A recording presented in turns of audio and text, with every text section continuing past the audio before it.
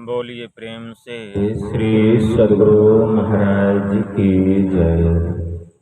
श्री सद्गुरु महाराज की जय। श्री सद्गुरु महाराज की जय। नमामि अमित ज्ञान रूपं कृपालं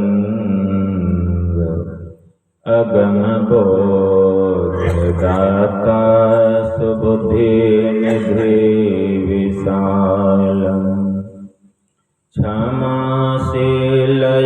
धीर गंभीर ज्ञानम् धर्मकील दृढ़धीर समधीर ज्ञानम् जगत त्राणकारी अघारी उदारम् भगत प्राणरूपं दयागुणपारम् नमो सतगुरुं ज्ञानदाता सुस्वामी नमामि नमामि नमामि नमामि नमामि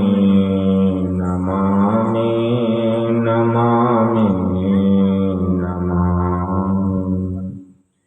महाराज सद्गुरु है राजन को राजा है जिनकी कृपा से सरय सर्व काजा भने में ही सोई परम गुरु नमामि नमामि नमामि नमामि नमामि नमामि नमामि नमामि नमामि। श्री सद्गुरु महाराज की जय।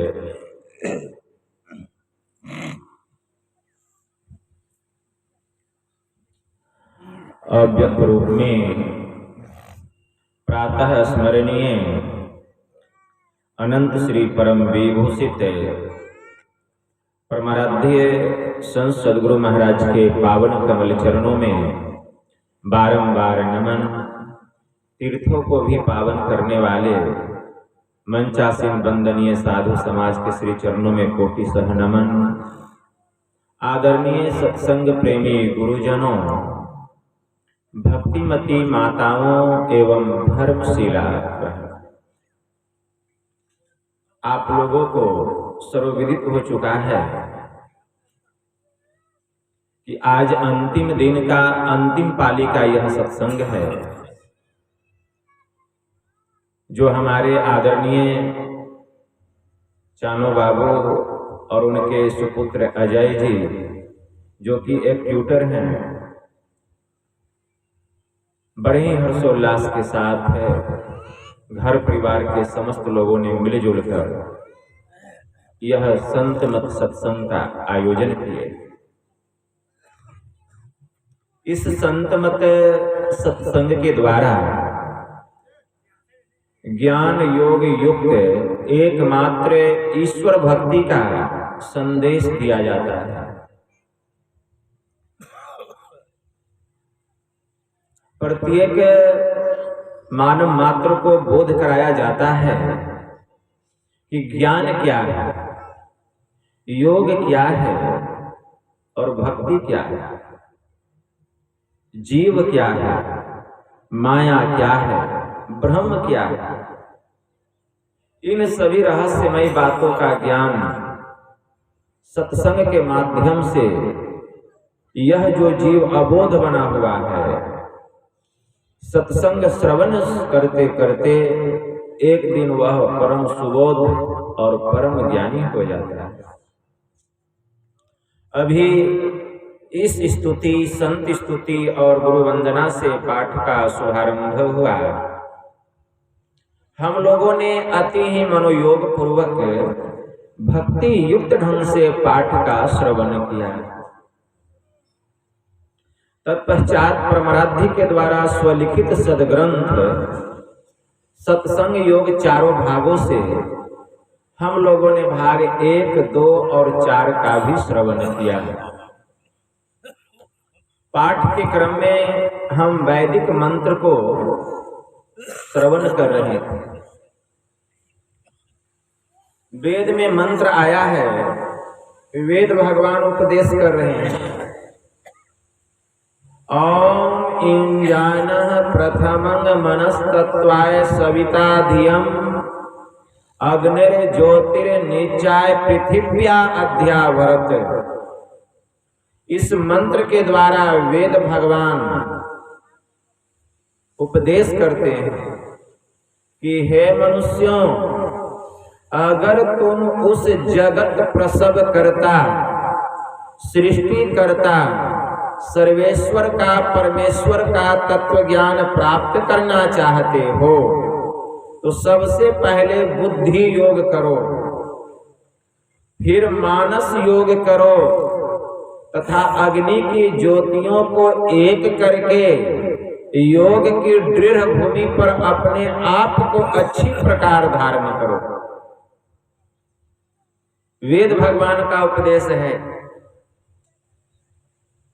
सबसे पहले बुद्धि योग करो, अर्थात सत्संग करो, क्योंकि बिना सत्संग किए सद्ज्ञान की प्राप्ति नहीं हो सकती। बिना सत्संग किए विवेक नहीं हो सकता। हमारे परमाराध्य ने कहा, जैसे धरती से सभी प्रकार के कंद मूल फल फूल की प्राप्ति होती है, वैसे ही सत्संग से सभी प्रकार का ज्ञान प्राप्त हो जाता है।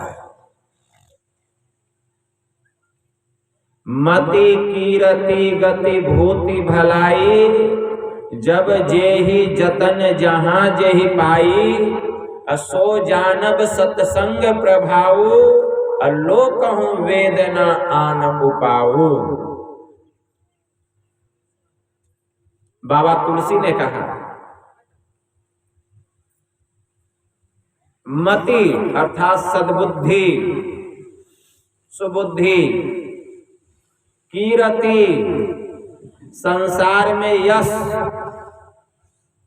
गति अर्थात मुक्ति, भूति अर्थात धन संपदा, भलाई अर्थात नम्रता।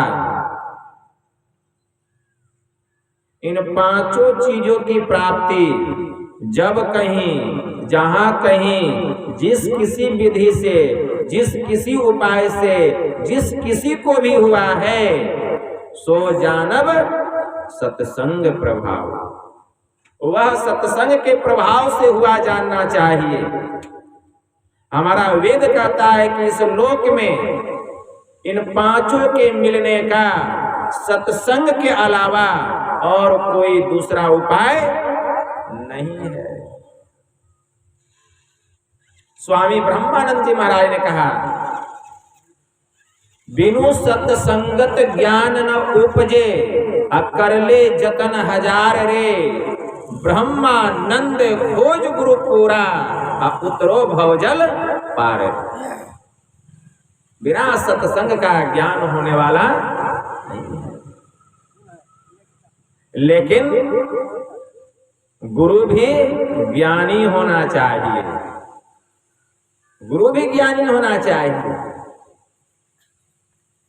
बाबा कबीर ने कहा, गुरु नाम है ज्ञान का।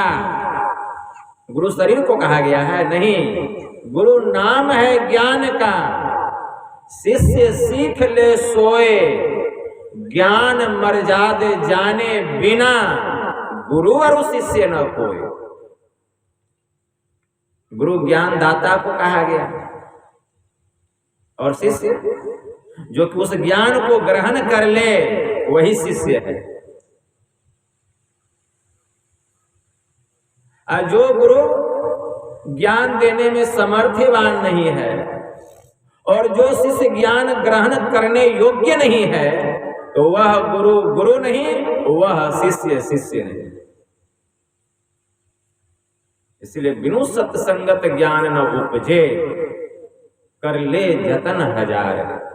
हजारों जतन कर लीजिए, बिना गुरु का ज्ञान होने वाला नहीं है। बिना सत्संग में आए कुछ भी हासिल होने वाला नहीं है। इसीलिए सत्संग करना पड़ेगा। वेद भगवान का उपदेश है, सबसे पहले बुद्धि योग करो, सत्संग करो।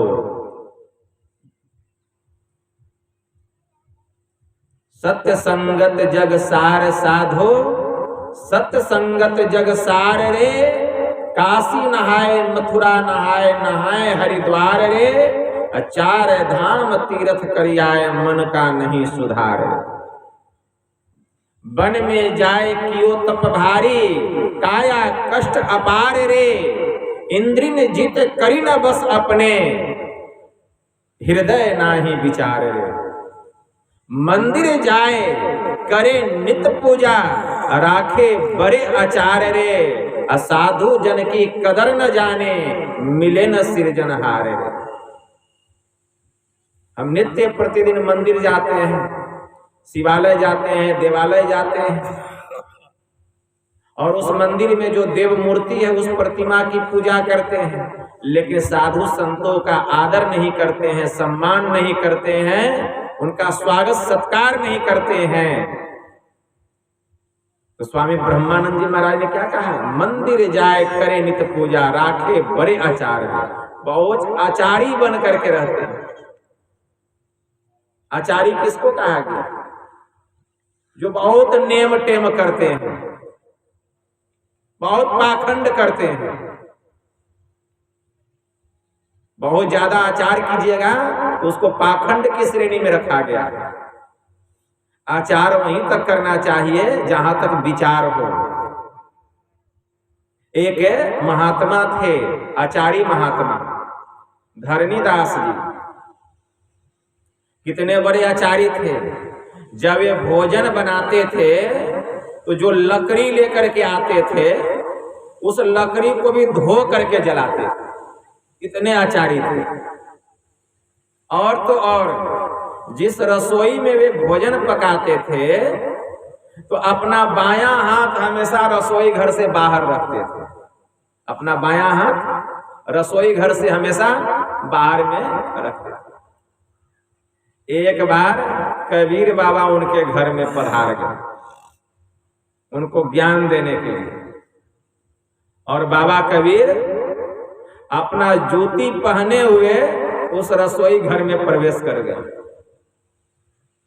और जब प्रवेश कर गए तो वे जो आचारी महात्मा थे धरणीदास जी इतना बिगड़े कि अरे तुझे पता नहीं कि यह रसोई घर है, और जिस जूते को तुमने अपने पैर में धारण किया है यह जूता कहां कहां गया होगा, कहां कहां से आया होगा, और जूता पहनकर तुम रसोई घर में घुस गया। चलो जल्दी बाहर निकलो। बाबा कबीर बाहर निकल गए।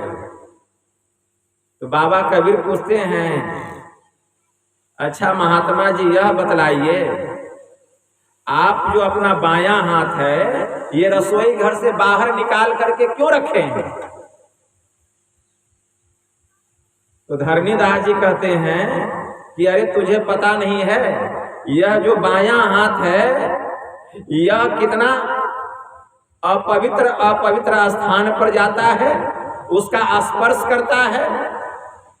इसीलिए मैं इस बाएं हाथ को हमेशा रसोई घर के बाहर रख करके भोजन पकाता हूं।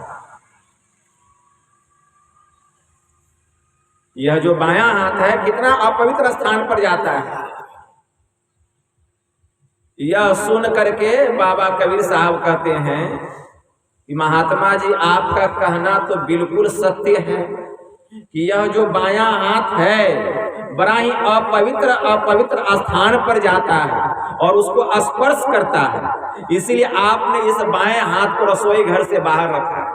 लेकिन महाराज, जिस अपवित्र स्थान में यह बायां हाथ जाता है और उसको स्पर्श करता है, जिसके कारण आप इस बाएं हाथ को रसोई घर से बाहर निकाल करके रखे हैं, लेकिन जिस स्थान पर जा करके यह बायां हाथ स्पर्श करता है, जिस अपवित्र अंग को, उसका पूरा फैक्ट्री जो है वह रसोई घर के भीतर में ही, पूरा फैक्ट्री। अरे मल मूत्र पेशाब पखाना कहाँ है? इस शरीर के भीतर में है, तो फैक्ट्री तो भीतर में ही है, केवल हाथ बाहर में। तो उसी को कहा गया आचारी। ठीक है, इसको यह जो आचार, यह पाखंड की श्रेणी में रखा गया है। इसलिए उतना भी आचारी नहीं करना चाहिए कि लोग हमको पाखंडी कहने लग जाए। इसको खूब याद रखें। आचार वहीं तक करना है जहां तक सबको विचारने योग्य है कि इतना जरूरी है। तो मंदिर जाए और करे नित पूजा और राखे बड़े आचार रे, लेकिन साधु जन की कदर न जाने, मिले न सृजनहार। लेकिन संत महात्मा घर में आते हैं, दरवाजे पर आते हैं, उनका आदर नहीं करते हैं, सत्कार नहीं करते हैं, सम्मान नहीं करते हैं, मिले न सृजनहार। वे परमात्मा आप पर कैसे प्रसन्न होंगे? कितना भी पूजा पाठ कर लीजिए, भगवान आप पर खुश होकर के आपको दर्शन देने वाले नहीं हैं। इसलिए बिनु सत्संगत ज्ञान न उपजे, कर ले जतन हजार। यह ज्ञान कहाँ होगा? सत्संग में होगा। तो जब तक हम सत्संग नहीं करेंगे, यह ज्ञान होने वाला नहीं है। इसलिए सबसे पहले बुद्धि योग करो।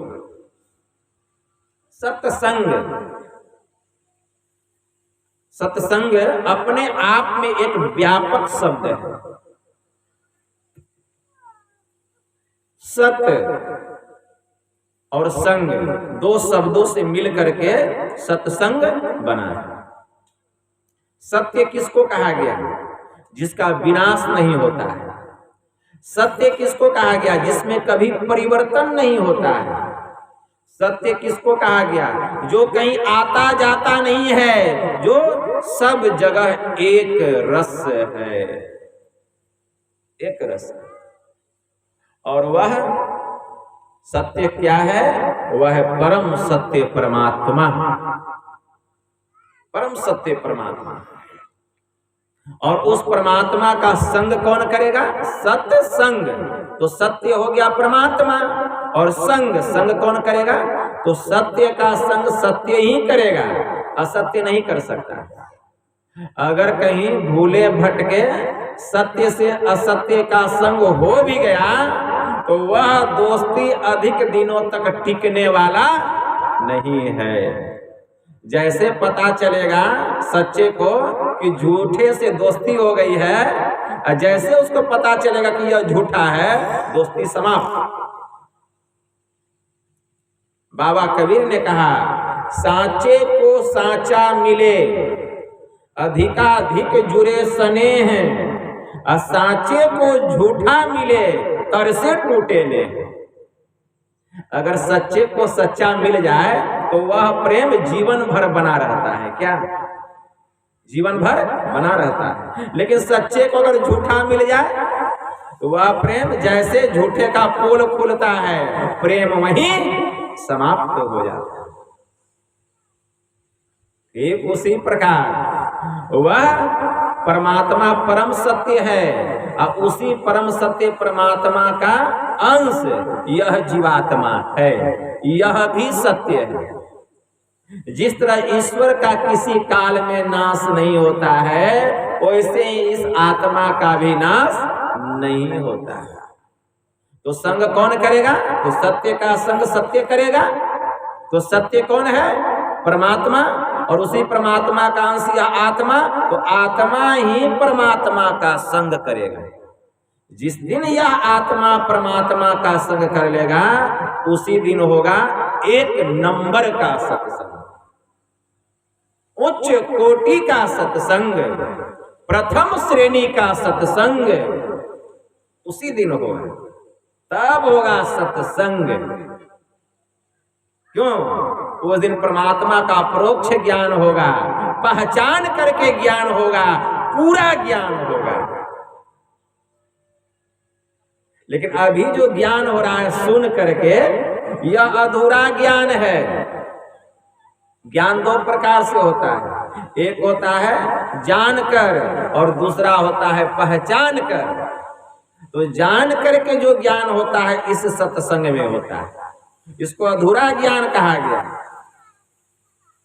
यह सुन करके होता है। अब पहचान करके जो ज्ञान होता है वह कैसे होता है? ध्यान योग के द्वारा, योगिक क्रिया के द्वारा, जो पांचों मंडलों को पार कर जाता है, जिसकी आत्मा उस परमात्मा में जाकर के समा जाती है, उसी को अप्रोक्ष ज्ञान, पहचान करके ज्ञान होता है, उसी को पूरा ज्ञान कहा गया। वह एक नंबर का सत्संग। और यह तो तृतीय श्रेणी का सत्संग है जो हम सुन रहे हैं, एक नंबर का सत्संग। लेकिन यह जो आत्मा है, पता नहीं जब से यह सृष्टि बनी है तब से हम इस संसार में आ रहे हैं, जा रहे हैं, नाना प्रकार के जोनियों को प्राप्त कर चुके, कितने दुखों को हमने भोगा है। भगवान बुद्ध ने कहा, जब से यह सृष्टि बनी है तब से अगर इस शरीर की हड्डियों को जमा किया जाए, जितना बार हमारा जन्म हुआ, जितने बार हम मरे हैं, तो हिमालय पर्वत से भी बड़ा पर्वत बन जाएगा। सोचिए, अगर उस अस्थियों को केवल जमा किया जाए।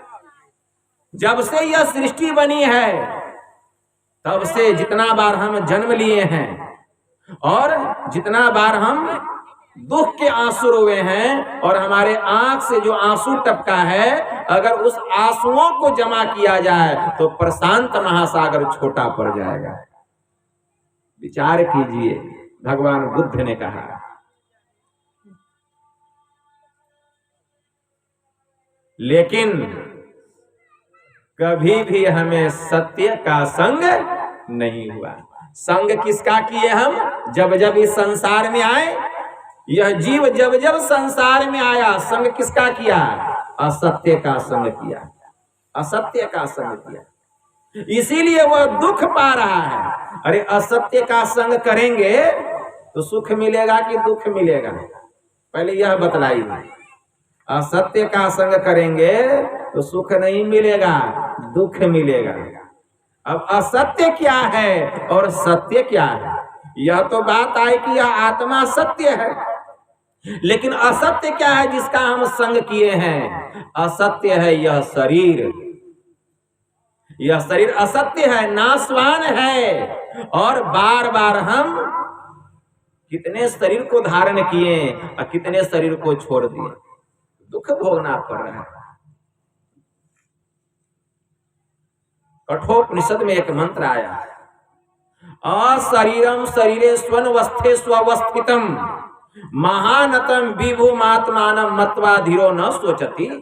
जो शरीरों में शरीर रहित है, जो अनित्यों में नित्य रहने वाला है, ऐसे महान आत्मा को जानकर मनुष्य कभी शोक नहीं करता है। तो हम शरीरों में शरीर रहित हैं, अनित्यों में नित्य स्वरूप है यह आत्मा। लेकिन यह जो शरीर है यह नाशवान है, असत्य है, झूठा है। माता सहजो बाई की वाणी में आया, सहजो भज हरि नाम को तजो जगत सु नेह, अपनो तो कोई है नहीं अपनी सगी न देह, यही कही गुरुदेव जो यही पुकारे संत, सहजो तज इस जगत को नहीं तो ही तजेगा अंत। इसीलिए माता सहजोबाई कहते सहजो भज हरि नाम को। एक ईश्वर के नाम का सुमिरन करो, ईश्वर की भक्ति करो, तो जो जगत सुने हैं, इस संसार से जो हम स्नेह लगा करके रखे हैं, यही हमारे दुख का कारण है। आसक्ति ही दुख का कारण है। आसक्ति दुख का कारण है। एक चिड़ीमार था, वह बाज के 2 बच्चे को पकड़ करके बेचने के लिए उसको निकला। तो राजा के महल के तरफ से होकर के जा रहा था। तो राजा साहब ने कहा कि जरा ठहर जाओ, ये बाज के बच्चे मुझे दे दो। तो राजा साहब वह बाज का बच्चा उस चिड़ीमार से खरीद लेते हैं, दोनों बाज के बच्चे। और राजा साहब का बहुत बड़ा फील्ड था। वे एक चिड़िया उड़ाने वाले जो बहेलिया होता है, जो शिकारी होता है, उसको बुलाते हैं और कहते हैं कि इन दोनों को उड़ने के लिए सिखाओ। वह जो बहेलिया था वह आता है, दोनों बाज को उड़ने के लिए सिखाता है। तो उसमें से जो पहला बाज था वह कुछ ही दिनों में उड़ने के लिए सीख जाता है और बहुत ऊंची उड़ान गगनगामिनी बन जाता है, डैना फैला करके। एकदम ऐसा लग रहा है कि आकाश की ऊंचाई को वह छू रहा है। लेकिन दूसरा जो बाज का बच्चा था वह कुछ दूर उड़ता है और एक पेड़ की डाली पर जाकर के बैठ जाता है। कितना भी प्रयास करता है वह बहेलिया उस बाज के बच्चे को उड़ाने के लिए कि वह भी गगनगामिनी बन जाए, लेकिन सब प्रयास विफल हो जाता है। वह राजा साहब के पास जाता है और कहता है, महाराज, मैंने आपके एक बाज के बच्चे को तो उड़ने के लिए सिखा दिया, वह गगनगामिनी बन गया, वह बहुत ऊंची उड़ान उड़ता है। लेकिन दूसरा जो बाज का बच्चा है, मैंने बहुत प्रयास किया लेकिन सफलता हाथ नहीं लगी। यह थोड़ी दूर उड़ता है और एक पेड़ के डाल पे जाकर के बैठ जाता है। तो राजा साहब ये ऐलान कर देते हैं कि हमारे दूसरे बाज के बच्चे को जो कोई उड़ने के लिए सिखा देगा उसको मुंह मांगा इनाम दिया जाएगा। उसी राज्य में एक चतुर व्यक्ति रहता था। वह राजा साहब के पास आता है और कहता है, महाराज, मैं आपके दूसरे बाज के बच्चे को भी उड़ने के लिए सिखा दूंगा। वह भी जैसे पहला बाज का बच्चा एकदम ऐसा उड़ता है कि आकाश की गगनचुंबी ऊंचाई को छूने लगता है, गगनगामिनी बन जाता है। इसको भी मैं उसी तरह से उड़ने के लिए सिखा दूंगा, एक बार मुझे मौका दिया जाए। ठीक है, जाओ सिखाओ। तो वह जो व्यक्ति था वह पहले बाज के बच्चे को उड़ाया। वह कुछ ही देर में उड़ता हुआ आकाश की ऊंचाई को छूने लगा, गगनगामिनी बन गया। और दूसरा बाज का बच्चा जब उड़ाया तो थोड़ा दूर उड़ा और उड़ने के बाद वह एक पेड़ की डाली पर जाके बैठ गया। फिर उसको उड़ाया, फिर थोड़ा दूर उड़ने के बाद डाली पर बैठ गया। वह चतुर व्यक्ति सोचने लगा, दोनों तो बाज का ही बच्चा है, लेकिन एक गगनगामिनी बन गया, उड़ने के लिए सीख गया, आकाश की ऊंचाई को छू रहा है, और यह दूसरा क्यों नहीं उड़ान भर रहा है, कारण क्या है? तब उसके मन में बात आई कि यह जो दूसरा बाज का बच्चा है, इसको इस पेड़ की डाली से आसक्ति हो गई। यह जो पेड़ की डाली है इसी से आसक्ति हो गई है। उसने क्या किया, उस पेड़ को ही काट दिया, उस पेड़ को ही काट दिया। और जब पेड़ को काट दिया तब उस बाज के बच्चे को उड़ाया। दूसरा जो बाज का बच्चा था, तो वह बाज का बच्चा उड़ा, थोड़ी दूर उड़ने के बाद उसी स्थान पर गया जहां वह पेड़ था, लेकिन देखता है कि न डाली है न पेड़ है। बहुत घुरा फिरा, जब उसको नहीं दिखाई दिया तो वह भी उड़ता हुआ उस पहले बाज के पास चला गया। वह भी गगनगामिनी बन गया, गगन की ऊंचाई को छूने लगा। मतलब जब तक उसको डाली से आसक्ति थी तब तक वह गगनगामिनी नहीं बना हुआ था। लेकिन जैसे ही डाली हट गई, पेड़ हट गया, आसक्ति समाप्त और वह भी गगनगामिनी बन गया। उसी प्रकार यह जो जीवात्मा है जो हमारे शरीर में रहता है, लेकिन हम संसार और संसार के विषयों में इतने आसक्त हो गए हैं, यह जीव इतना आसक्त हो गया है कि जब हम ध्यान करने के लिए बैठते हैं तो हमारी सूरत की उद्रगति नहीं होती है। क्यों? हमारा मन संसार के विषय में भ्रमण करता है। क्यों? क्योंकि संसार के विषय में हमारी आसक्ति हो गई है। जब तक संसार के विषय से आसक्ति समाप्त नहीं होगी, हमारी सूरत गगनगामिनी नहीं बन सकती, यह पिंड से ब्रह्मांड पर चढ़ाई नहीं कर सकती। इसलिए आसक्ति को समाप्त करना पड़ेगा। आसक्ति ही दुख का कारण है। आसक्ति ही दुख का कारण है। आसक्ति से छुटकारा प्राप्त करना पड़ेगा। इसलिए अगर हम सत्संग मनोयोग पूर्वक करेंगे तो सत्संग करते करते हमारे मन से विषय का सब रंग उतर जाएगा। गोस्वामी तुलसीदास जी महाराज ने कहा, देहि सत्संग निज अंग भव भंग कारण शरण शोक हारी। कि हे प्रभु, अगर आप मुझे कुछ देना चाहते हैं तो मेरे जीवन में सत्संग दीजिए, क्योंकि यह आपका निज अंग है। और यह सत्संग कैसा है? जो सत्संग में चला आता है, मनोयोग पूर्वक संत महापुरुषों की वाणी को वह श्रवण करता है तो उसके ऊपर में हरि का रंग चढ़ जाता है, विषय का सब रंग उतर जाता है। भवभंग कारण शरण शोक हारी। और संसार के दुखों से उसको छुटकारा मिलता है। यह सत्संग ही एकमात्र कारण है संसार के दुखों से छुटकारा दिलाने वाला। गोस्वामी जी ने मानस में लिखा, सोनी समुझहि जन मुदित मन मज्जहि अति अनुराग अल्लाह ही चारि फल अछत तनु असाधु समाजो प्रयाग। इस सत्संग में आकर जो संत महापुरुषों के उपदेशों को आनंद चित्त मन से सुनते हैं, सुन करके समझते हैं और समझ करके उसको अपने जीवन में उतारते हैं, मतलब निधि ध्यासन करते हैं, तो इतना करने मात्र से उनको चार फल अर्थ, धर्म, काम और मोक्ष की प्राप्ति हो जाती है। विचार कीजिए सत्संग कितना महत्वपूर्ण है। सत्संग में गंगा, जमुना और सरस्वती की धारा बहती है।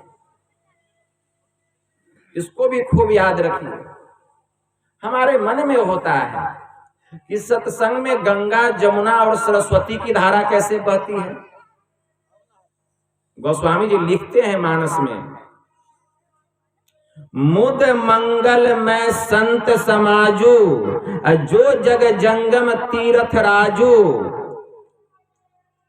राम भगति जहाँ सुर सरिधारा सरसई ब्रह्म विचार प्रचारा विधि निषेध मय कलिमल हरणी अकर्म कथा रविनंदनी बरनी। गोस्वामी जी ने लिखा, मुद मंगल में संत समाज। यह जो संतों का समाज है, मुद मतलब आनंद और मंगल का मतलब कल्याण। यह जो संतों का समाज है, यह आनंद और कल्याण को देने वाला, आनंद और कल्याण को देने वाला जंगम मतलब चलता फिरता तीर्थराज है। इसको जंगम तीर्थराज कहा गया। और यह आनंद और कल्याण को देने वाला है। सत्संग में जितना आनंद मिलेगा और सत्संग सुनकर जितना कल्याण होगा, और ऐसा आनंद और कल्याण मिलने वाला कहीं कोई स्थान ही नहीं है। क्यों? तो गोस्वामी जी लिखते हैं, राम भगति जहाँ सुर सरिधारा। इस सत्संग में त्रिवेणी की धारा बहती है। सत्य संगति मुद मंगल मूला, सोई फल सिद्धि सब साधन फूला। गोस्वामी जी ने कहा कि सत्संगति जो है यह सभी प्रकार का आनंद और कल्याण रूपी वृक्ष की जड़ है। यह सत्संग सभी प्रकार का आनंद, जितना आनंद है सभी प्रकार का आनंद और जितना भी कल्याण है सभी प्रकार के कल्याण रूपी वृक्ष का जड़ कौन है? यह सत्संग। सत्संगति मुद मंगल मूला, सोई फल सिद्धि सब साधन फूला। जितने साधन हैं वो क्या है? फूल है। साधन क्या है? मानस जप, मानस ध्यान, दृष्टि साधना और सुरत शब्द योग की साधना, यही साधन है। इसको फूल बतलाया गया। और इस साधन से जो प्राप्त होगा फल, साधन करते करते क्या मिलेगा? फल मिलेगा। वह फल क्या है? क्या हुआ जी?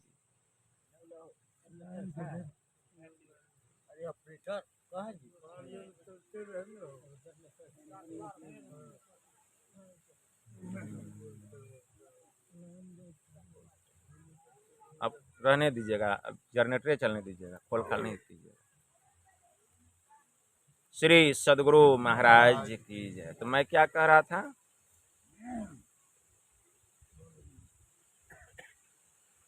भूल गए आप लोग। मैं कह रहा था कि सत्य संगति मुद मंगल मूला, सोई फल सिद्धि सब साधन फूला। कि जितना भी फूल है वह क्या है? साधन। जो हम साधन करते हैं वही फूल है। साधन क्या करते हैं? मानस जप करते हैं, मानस ध्यान करते हैं, दृष्टि साधना करते हैं और नदानुसंधान की अर्थात सुरत शब्द योग की साधना करते हैं। तो ये जितनी साधनाएं हैं, जितने साधन हैं, ये सब फूल हैं। इसी को फूल कहा गया। अब फल क्या है? तो साधन करने पर जो सिद्धि मिलेगी, साधन करने पर जो सिद्धि मिलेगी, मतलब मानस जप करने पर जो सिद्धि मिली, मानस ध्यान करने पर जो सिद्धि मिली, दृष्टि योग की साधना करने पर जो सिद्धि मिली और नदानुसंधान की साधना करने पर जो सिद्धि मिली, उसी को फल कहा गया। अर्थात सार रूप में यह जानिए कि साधन का परम सिद्धि रूपी फल है मुक्ति, अर्थात मुक्ति ही फल है। क्या समझे? तो इस सत्संग में त्रिवेणी की धारा बहती है। वह त्रिवेणी क्या है? तो राम भगति जह सुर सरी धारा, सरसई ब्रह्म विचार प्रचारा। इस सत्संग में राम भक्ति का प्रचार, यही श्री गंगा जी की धारा है। सरसई ब्रह्म विचार प्रचारा, इस सत्संग में ब्रह्म विचार का प्रचार, यह सरस्वती की धारा है। अब विधि निषेध में कलिमल हरणी, कर्म कथा रविनंदनी बरनी। इस सत्संग में विधि कर्म, निषेध कर्म, कर्तव्य कर्म और कर्तव्य कर्म, क्या करना चाहिए क्या नहीं करना चाहिए, पाप क्या है पुण्य क्या है, कर्तव्य क्या है अकर्तव्य क्या है, धर्म क्या है अधर्म क्या है, ये क्या है? कलिमल नाशक जमुना की धारा। अब विचार कीजिए, गंगा की भी धारा हो गई, सरस्वती की धारा हो गई और जमुना जी की भी धारा हो गई। तो इस सत्संग में त्रिवेणी की धारा बह रही है, लेकिन अभी भी विस्तार नहीं हुआ। समझ में बात ठीक ठीक नहीं आई कि वास्तव में गंगा की धारा क्या है, जमुना की धारा क्या और सरस्वती की धारा क्या है। तो गोस्वामी जी लिखते हैं, राम भगति जहाँ सुरसरी धारा। इस सत्संग में राम भक्ति का प्रचार यही गंगा जी की धारा है। मतलब अगर संत महापुरुष इस जंगम तीर्थराज में राम के मतलब परमात्मा के सगुण साकार रूप का, उनकी लीलाओं का, उनकी कथाओं का वर्णन करने लग जाएं, तो समझ जाइए इस सत्संग में गंगा जी की धारा बह रही। और अगर हम मनोयोग पूर्वक श्रवण कर रहे हैं तो समझ जाइए अत्यंत श्रद्धा और प्रेम के साथ हम गंगा जी में डुबकी लगा रहे हैं। सरसई ब्रह्म विचार प्रचारा, इसी सत्संग में, इस जंगम तीर्थराज में जब संत महापुरुष ब्रह्म के निर्गुण निराकार स्वरूप का वर्णन करने लग जाएं,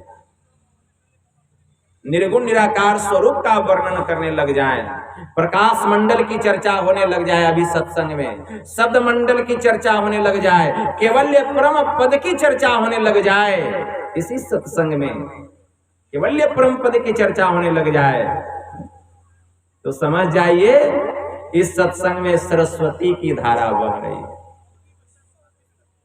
सरस्वती की धारा बह रही। और अगर हम मनोयोग पूर्वक श्रवण कर रहे हैं तो समझ जाइए अत्यंत श्रद्धा और प्रेम के साथ हम सरस्वती नदी में डुबकी लगा रहे हैं।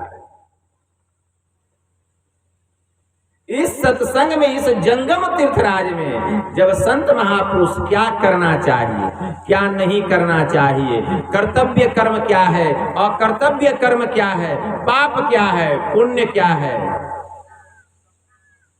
जब इसकी चर्चा होने लग जाए तो समझ जाइए इस सत्संग में जमुना जी की धारा बह रही है। जैसे हमें क्या करना चाहिए तो हमारे परमाराध्य ने कहा, एक सर्वेश्वर पर ही अचल विश्वास, पूर्ण भरोसा तथा अपने अंतर में ही उनकी प्राप्ति का दृढ़ निश्चय रखना, सदगुरु की निष्कपट सेवा। इसके लिए सदगुरु की निष्कपट सेवा, सत्संग और दृढ़ ध्यानाभ्यास, इसी को विधि कर्म कहा गया। और निषेध कर्म, झूठ बोलना, चोरी करना, नशा खाना, व्यभिचार करना, हिंसा करनी अर्थात जीवों को दुख देना और मत्स्य मांस को खाद्य पदार्थ समझना, इन पापों से अपने को हटाकर बचाकर अलग करके रखना चाहिए। यही है निषेध कर्म। भगवान महायोगेश्वर श्री कृष्ण ने दुर्योधन से कहा था, दुर्योधन धर्म को समझो कि धर्म क्या है, अधर्म क्या है, पाप क्या है, पुण्य क्या है, कर्तव्य क्या है, अकर्तव्य क्या है। दुर्योधन इसको समझो। तुम्हारे भाई जो 5 पांडव है वो भी तो भाई ही है, लेकिन तुम्हारे वचन के मुताबिक उन्होंने 12 वर्ष का वनवास और 1 वर्ष का अज्ञातवास गुजार करके वापस आए हैं। अब वचन के मुताबिक तुम उनको आधा राज्य, जो तुमने वचन दिया था कि 12 वर्ष का वनवास और 1 वर्ष का अज्ञातवास समाप्त होने के बाद मैं तुम लोगों को आधा राज्य वापस कर दूंगा, इसलिए तुम उनको उनका आधा राज्य वापस कर दो। तो क्या कहता है दुर्योधन, सूची अग्र न दातव्यम बिना युद्धेन केशव। हे केशव, तुम आधे राज्य की बात करते हो, सुई के नोक से जमीन में जितना छेद होता है, सुई को जमीन में डालिए, घुसाइए, और जितना छेद होता है उतना भी जमीन मैं पांडवों को बिना युद्ध किए देने वाला नहीं। तब भगवान क्या कहते हैं, दिनकर कवि ने बड़ा अच्छा इसको सुसज्जित किया है। वे लिखते हैं, सौभाग्य न सब दिन सोता है, देखे आगे क्या होता है, मैत्री की राह बतलाने को, सबको सुमार्ग पर लाने को, सबको सुमार्ग पर लाने को, और कौरव को समझाने को। भगवान हस्तिनापुर आए, पांडव का संदेशा लाए, दो न्याय अगर तो आधा दो, न्याय की बात तो यही है कि उनका आधा राज्य तुम वापस कर दो, लेकिन इसमें भी अगर बाधा हो तो दे दो केवल 5 ग्राम और रखो अपनी धरती तमाम।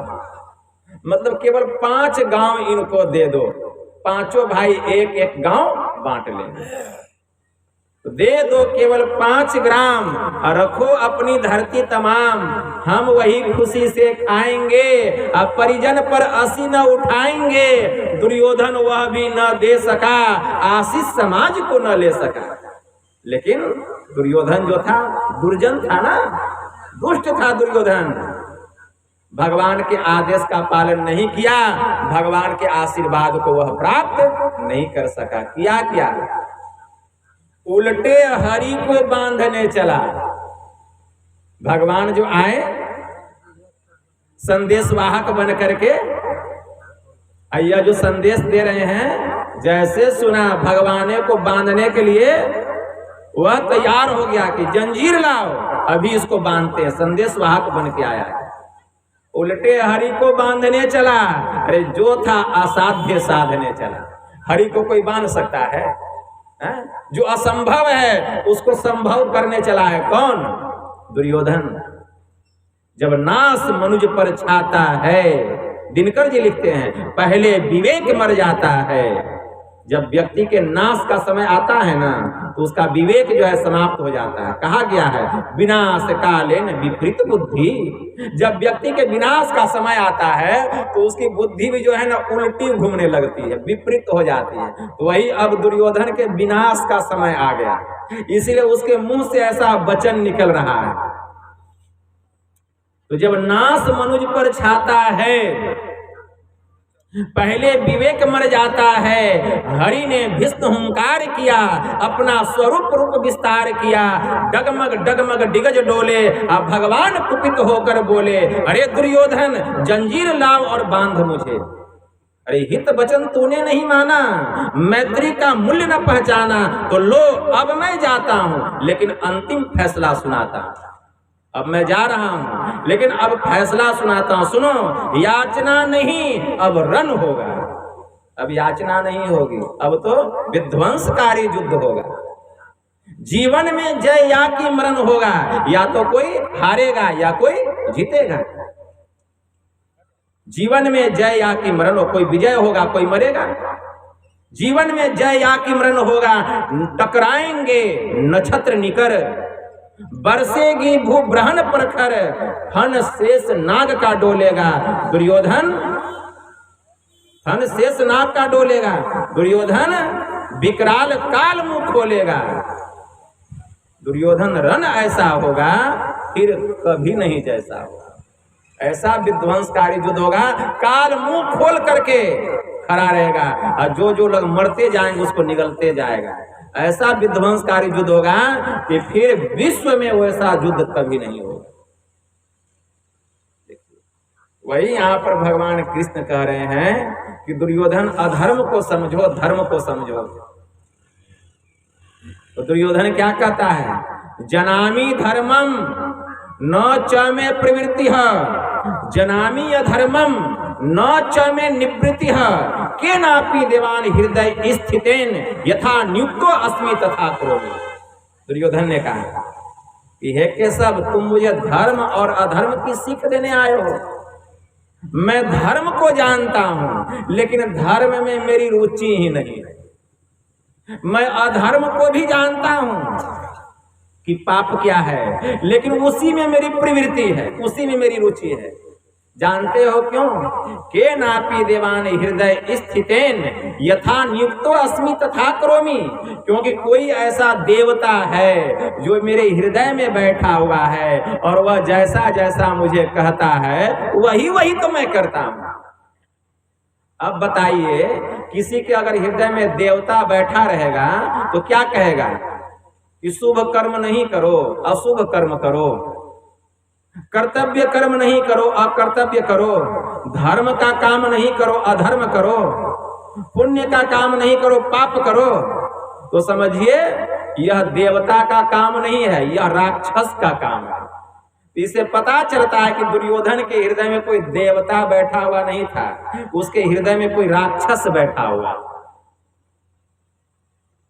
यही है, अगर इस सत्संग में विधि कर्म, निषेध कर्म, क्या करना चाहिए क्या नहीं करना चाहिए, अगर इसकी चर्चा होने लग जाए तो समझ जाइए इस सत्संग में जमुना जी की धारा बह रही है। और अगर मनोयोग पूर्वक हम अत्यंत श्रद्धा और प्रेम के साथ उसको श्रवण कर रहे हैं तो समझ जाइए हम अत्यंत श्रद्धा और प्रेम के साथ जमुना जी में डुबकी लगा रहे हैं। तो अब बताइए त्रिवेणी की धारा हुई कि नहीं? इस सत्संग में गंगा भी बह रही है, सरस्वती भी बह रही है और जमुना की भी धारा बह रही है। इसीलिए कहा गया इस सत्संग में त्रिवेणी की धारा बहती है। कहां जाइएगा डुबकी लगाने के लिए? कहां जाइए? तो सब इस सत्संग में बह रहा है, लेकिन डुबकी लगाने वाला चाहिए। तो यह तो बाहर की त्रिवेणी है, यह बाहर की असली त्रिवेणी है। असली त्रिवेणी, एक त्रिवेणी हमारे भीतर में भी बह रही है। एक त्रिवेणी हमारे भीतर में बह रही है। वह त्रिवेणी कौन कौन है? तो भगवान शिव जी माता महेश्वरी से माता पार्वती से कहते हैं कि हे देवी इंगला भगवती गंगा, पिंगला जमुना नदी, इंगल पिंगल योर मध्य सुषुमना च सरस्वती। ये हमारी जो बाईं आंख है, इससे जो दृष्टि की धार निकल रही है, इसको इंगला नाम की नारी कहा गया। हमारी जो दाहिनी आंख है, इससे जो दृष्टि की धार निकल रही है, इसको पिंगला नाम की नारी कहा गया। इंगल पिंगल योर मध्य सुषुमना च सरस्वती। और इन दोनों के मध्य में जो स्थान है उसी को सुषुमना अर्थात सरस्वती नदी की संज्ञा दी गई। त्रिवेणी संगमो यत्र तीर्थराज सह उच्यते तत्र स्नानम प्रकृवृत सर्व पापे प्रमुच्यते। और इन तीनों नदियों का जहां मिलन हुआ है उसी को त्रिवेणी, उसी को सभी तीर्थों का तीर्थराज, उसी को संगम जहां तीनों नदियों का मिलन हुआ है, और उसी को सभी तीर्थों का तीर्थराज प्रयागराज कहा गया। इन तीनों नदियों का जहां मिलन हुआ है। और जो वहां डुबकी लगाता है, जो वहां डुबकी लगाता है, त्रिवेणी संगमो यत्र तीर्थराज स उच्यते तत्र स्नानम प्रकृवृत सर्व पापे प्रमुच्यते। जो उस तीर्थराज में, बाहर के तीर्थराज में नहीं, अपने भीतर के तीर्थराज में जो डुबकी लगाता है वह जन्म जन्मांतर के किए हुए समस्त पापों से सदा के लिए मुक्त हो जाता है। कौन कह रहे हैं? भगवान शिव जी कह रहे हैं। उस त्रिवेणी में डुबकी लगाना पड़ेगा। भगवान महायोगेश्वर श्री कृष्ण ने भी कहा उत्तर गीता में, भगवान कृष्ण कह रहे हैं कि जो कोई उसमें एक बार डुबकी लगा लेता है वह परम पवित्र हो जाता है। परम पवित्र। मुहूर्तमपि यो ना सागरे, मुहूर्तमपि यो गच्छे ना सागरे। भगवान कृष्ण कह रहे हैं मनसा सह सर्वम तरति पापानम तस्य जन्म शतार्जितम। एक मुहूर्त के लिए भी, एक क्षण के लिए भी जो मन सहित नासाग्र में जाकर के ठहरता है या नासाग्र में अपने मन को रोक करके रखता है, मुहूर्तमपि यो गच्छे नासाग्रे मनसा सह, परिणाम क्या होता है? सर्वम तरति पापानम तस्य जन्म शतार्जितम। वह सैकड़ों जन्मों का जो किया हुआ पाप है उस पाप से सदा के लिए मुक्त हो जाता है। भगवान शिव जी ब्रह्मा जी को कह रहे हैं, योग सिखोपनिषद में मंत्र आया, ईरा तिष्ठति बामेन पिंगला दक्षिणेन तु अतयोर मध्ये परम स्थानम यस् वेद स वेदवितः। हमारी बाईं आंख से जो दृष्टि की धार निकल रही है इसी को इंगला नाम की नारी कहा गया। और पिंगला दक्षिणेन तु, और दाहिने आंख से जो दृष्टि की धार निकल रही है इसी को पिंगला नाम की नारी कहा गया। और इन दोनों के मध्य में जो स्थान है सुषुमना, उसको जो जानता है वही वेदज्ञ है, वही वेदज्ञ है, मतलब वही वेद को जानने वाला है, जिसको सुषुम्ना का ज्ञान हो जाए। भगवान शिव जी ने कहा,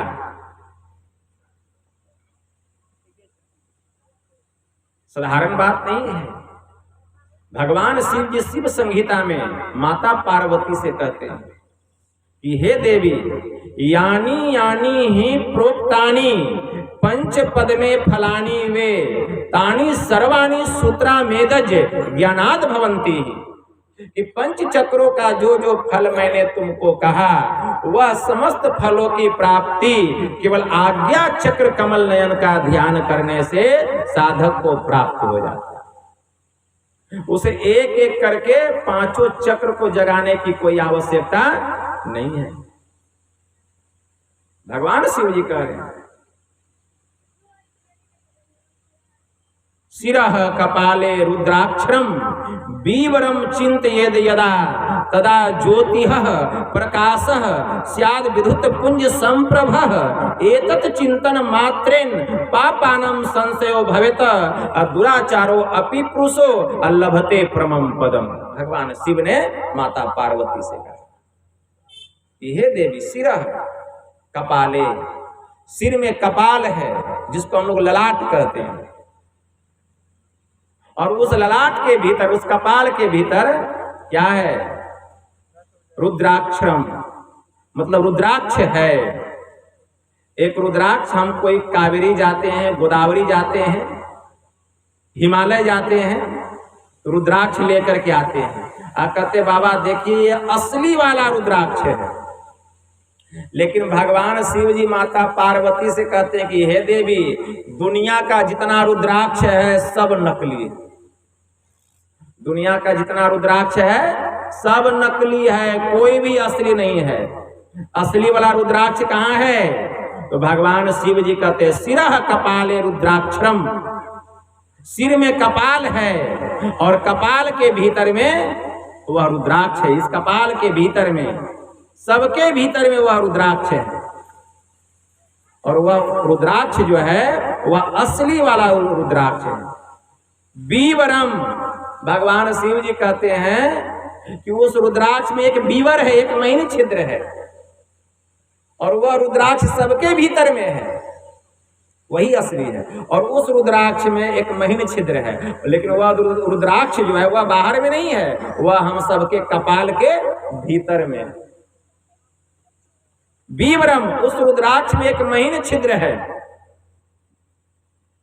चिंतयेद यदा, जो हमेशा अपने चित्त को, अपने मन को वहां लगा करके रखता है। कहाँ? उस बीवर में, उस बीवर में जो अपने चित्त को लगा करके रखता है, परिणाम क्या होता है? उसी बीवर को कहा गया सुषुम्ना, खूब याद रखिए, उसी बीवर को कहा गया सुषुम्ना, जो वहां हमेशा अपने चित्त को लगा करके रखता है। इसका भेद कौन बतलाते हैं? संत सद्गुरु बतलाते हैं कि अपने ध्यान को कहां लगाना है। बहुत लोग शिव चर्चा में भाग लिए हैं, शिव चर्चा बहुत हम देखते हैं, चारों तरफ जाते हैं तो सुनते हैं। एक बार बहुत शिव चर्चा वाले लोग मेरे पास आए, मेरा प्रवचन हो रहा था, मैं भगवान शिव के बारे में कह रहा था कि लोग शिव चर्चा करते हैं, और शिव चर्चा में 3 सूत्र बतलाया जाता है। पहला सूत्र क्या है? नमः शिवाय। पहला सूत्र है कि हे शिव, आप मेरे गुरु हैं और मैं आपका शिष्य हूं, आप मुझ पर दया करें। ये पहला सूत्र है। और दूसरा सूत्र है नमः शिवाय मंत्र का जप करना। और तीसरा सूत्र है चर्चा में भाग लेना। बस, इसके आगे कुछ नहीं है। अब हम पहली बात पर आते हैं कि पहला जो सूत्र है कि हे शिव, आप मेरे गुरु हैं, मैं आपका शिष्य हूं, आप मुझ पर दया करें। तो भगवान शिव तो गुरु है ही, लेकिन कौन गुरु है ये पता नहीं। भगवान शिव अनादि गुरु हैं, उनको ब्रह्म कहा गया, परमात्मा कहा गया। जैसे हरि के 1000 नाम, उसमें एक नाम शिव नाम है। परम प्रचंडिनी शक्ति वही है, शिव शंकर हर नाम।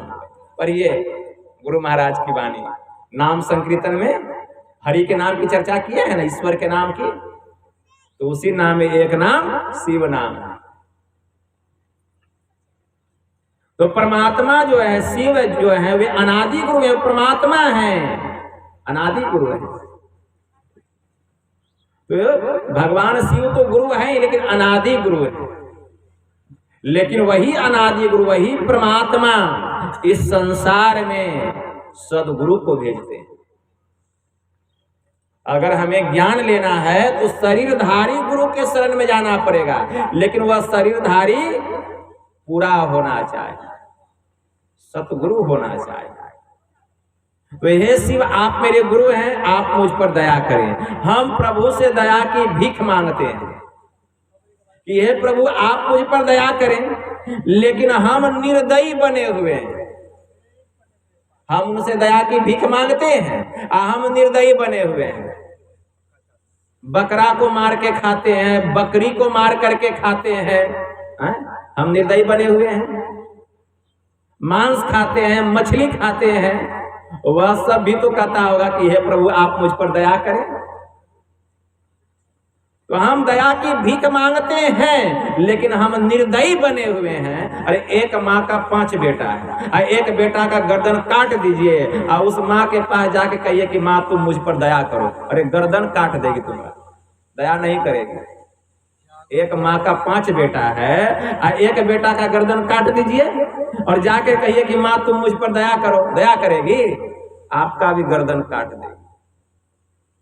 तो जितने संसार में प्राणी हैं, सब परमात्मा के संतान हैं, और किसी संतान को हम कष्ट देंगे और परमात्मा से दया की भीख मांगेंगे, हम निर्दयी बने रहेंगे, तो परमात्मा हम पर कभी दया नहीं करेंगे।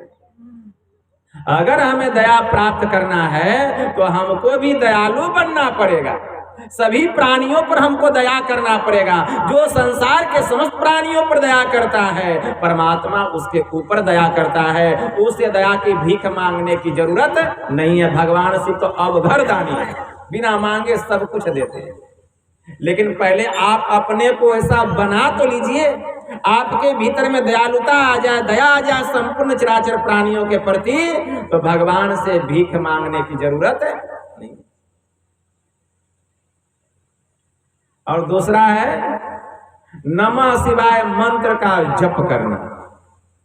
तो नमः शिवाय मंत्र जो है, किसी शास्त्र में दिखाइए तो नमः शिवाय कहाँ लिखा हुआ? पूरा मंत्र है ओम नमः शिवाय, ये पूरा मंत्र। मंत्र भी अधूरा, क्योंकि ओम जो है वह सार शब्द का प्रतीक बतलाया गया है, और ओम को ही छोड़ दिए तो नमः शिवाय मंत्र कहाँ पूरा हुआ? ओम भगवते वासुदेवाय नमः, ओम नमो शिवाय, लेकिन ओम को ही छोड़ दिया, नमः शिवाय मंत्र भी अधूरा है। और तीसरा, शिव चर्चा में भाग लेना। तो शिव चर्चा मतलब, शिव चर्चा का मतलब क्या हुआ? ये मूर्ख से भी मूर्ख व्यक्ति बतला देगा कि जहां भगवान शिव जी की चर्चा हो उसी को शिव चर्चा कहा गया। और शिव चर्चा में हम बैठ जाएं, अब भगवान शिव की ही चर्चा नहीं हो, उस घर की कथा, उस घर की चर्चा, बेटी की चर्चा, बहू की चर्चा, पड़ोसी की चर्चा, जात गोतिया की चर्चा और कथा कहानी की चर्चा, यह शिव चर्चा नहीं। शिव चर्चा किसको कहा गया? जहां भगवान शिव की चर्चा हो। अभी जो आप सुन रहे हैं ये भगवान शिव की चर्चा है। तो भगवान शिव का हम भक्त बनना चाहते हैं, लेकिन भगवान शिव के आज्ञा का पालन नहीं करते। भगवान शिव की क्या आज्ञा है? बहुत शिव चर्चा वाले लोग हैं, लेकिन बतला दे भगवान शिव जिस सुषुमना की चर्चा कर रहे हैं वह सुषुमना कहाँ है? जहां ध्यान लगाने से जीव का परम कल्याण होता है, वह सुषुम्ना है कहां? कोई शिव चर्चा वाला लोग नहीं बतलाएगा। क्यों नहीं बतलाएगा? जैसा गुरु वैसा चेला, जैसे गुरु के संग में जाएंगे वैसा ही ज्ञान प्राप्त होगा। अरे गुरु को वह ज्ञान प्राप्त रहेगा तब ना शिष्य को वह ज्ञान बतलाएगा। तो असली ज्ञान संत मत के सत्संग में मिलता है, और संत मत किसी एक संतों का मत नहीं है, यह समुद्र मत है। जैसे संसार की समस्त नदियां सागर में जाकर के समा जाती है, वैसे इस दुनिया में जितने संत हुए हैं और जितने संत होंगे और जितने संत हैं, उन सब की वाणी एक है, क्योंकि सब उस परमात्मा रूपी सागर में जाकर के मिले हुए। इसलिए अगर भगवान शिव का असली भक्त बनना चाहते हैं तो भगवान शिव की आज्ञा का पालन करना पड़ेगा। और भगवान शिव की आज्ञा क्या है? तो क्या करें? शिरा कपाले रुद्राक्षरम बीवरम चिंतयेद यदा तदा ज्योतिः प्रकाश स्याद विद्युत पुंज संप्रभ एतत् चिंतन मात्रेण पापानां संशयो भवेत दुराचारो अपि पुरुषो लभते परमं पदम। भगवान शिव जी ने कहा कि सिर में कपाल है जहां एक भी बाल नहीं, ये जो ललाट है, इस कपाल के भीतर में क्या है? रुद्राक्ष है। रुद्राक्षरम, इस कपाल के भीतर में रुद्राक्ष है, सबके भीतर में। बीवरम, उस रुद्राक्ष में एक बीवर है, महीनी छिद्र है।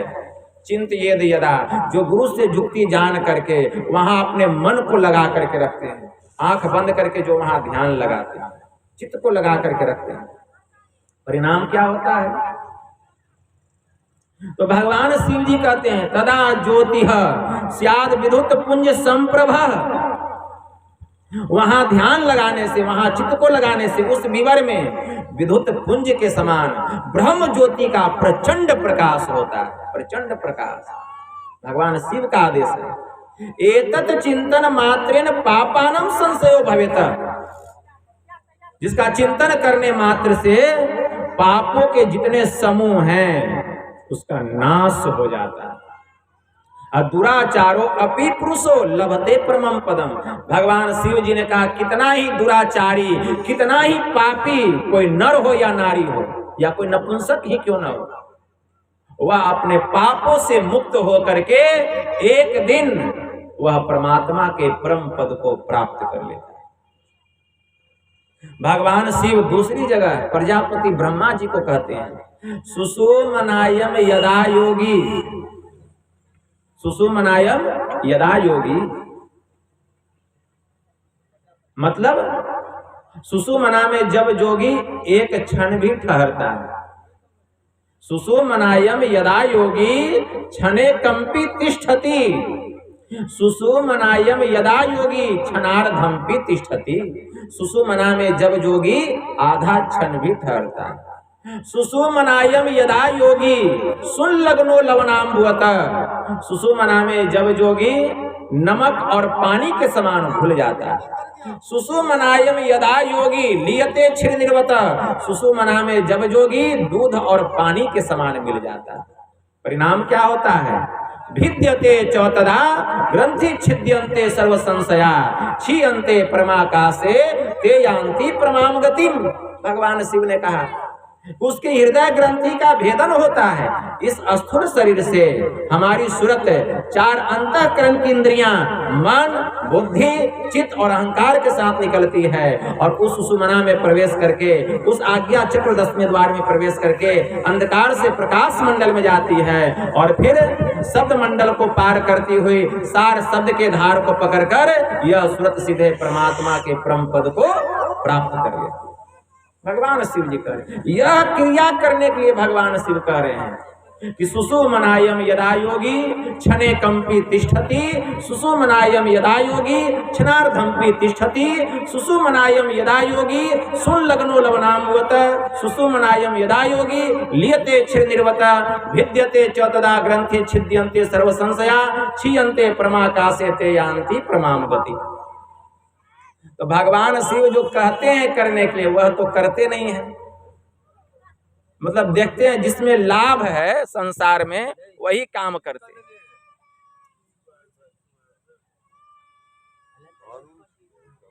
तो यही काम करने के लिए भगवान शिव कह रहे हैं। अगर हम यह काम करते हैं तो वास्तव में हम शिव के सच्चे भक्त हैं।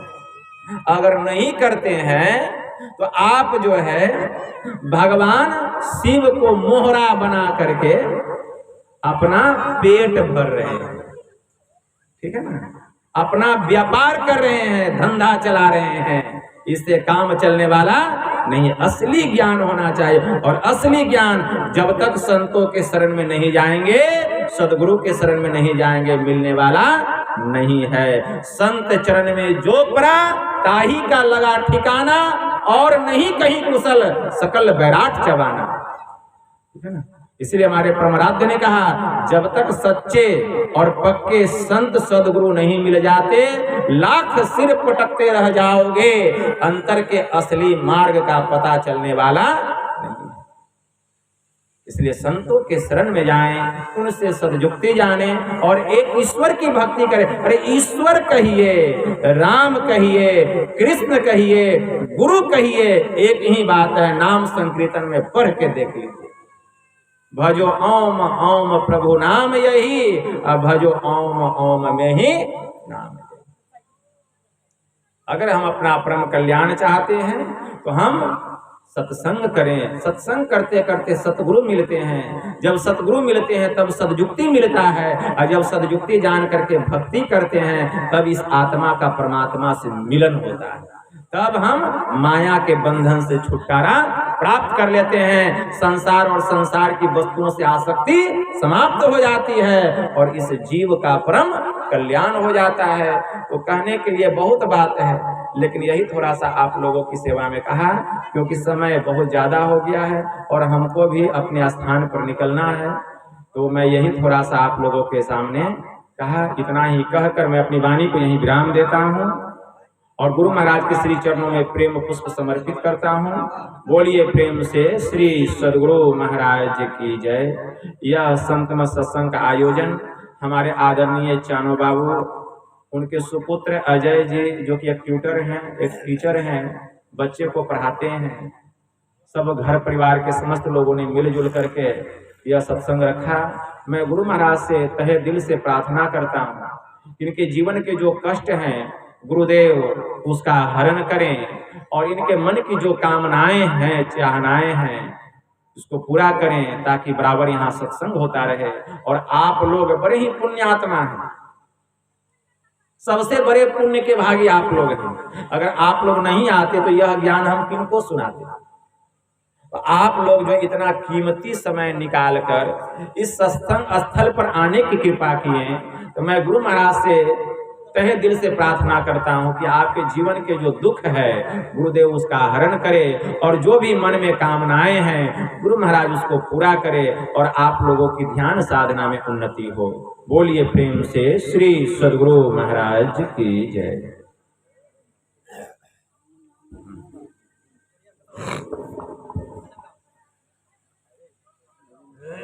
कहाँ है?